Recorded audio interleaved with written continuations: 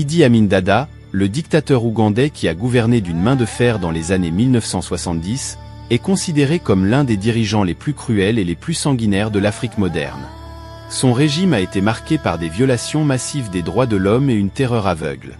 Amin est arrivé au pouvoir grâce à un coup d'État militaire en 1971, renversant le gouvernement démocratiquement élu de l'Ouganda.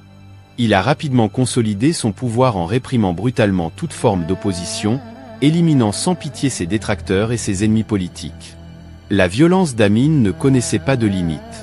Ses escadrons de la mort ont procédé à des exécutions sommaires, à des disparitions forcées et à des tortures systématiques.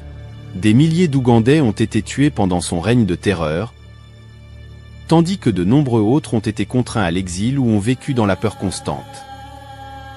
Malgré son comportement violent et imprévisible, Amin s'est souvent présenté comme un leader charismatique et puissant, promouvant une image de lui-même comme un défenseur des Ougandais contre l'influence étrangère.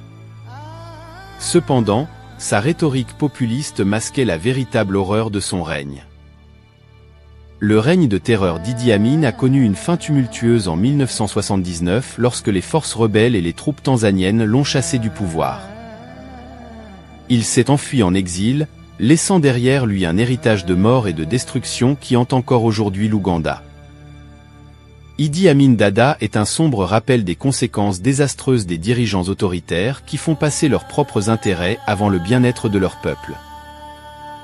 Sa cruauté a laissé un traumatisme durable en Ouganda et sert d'avertissement contre les dangers d'un pouvoir incontrôlé.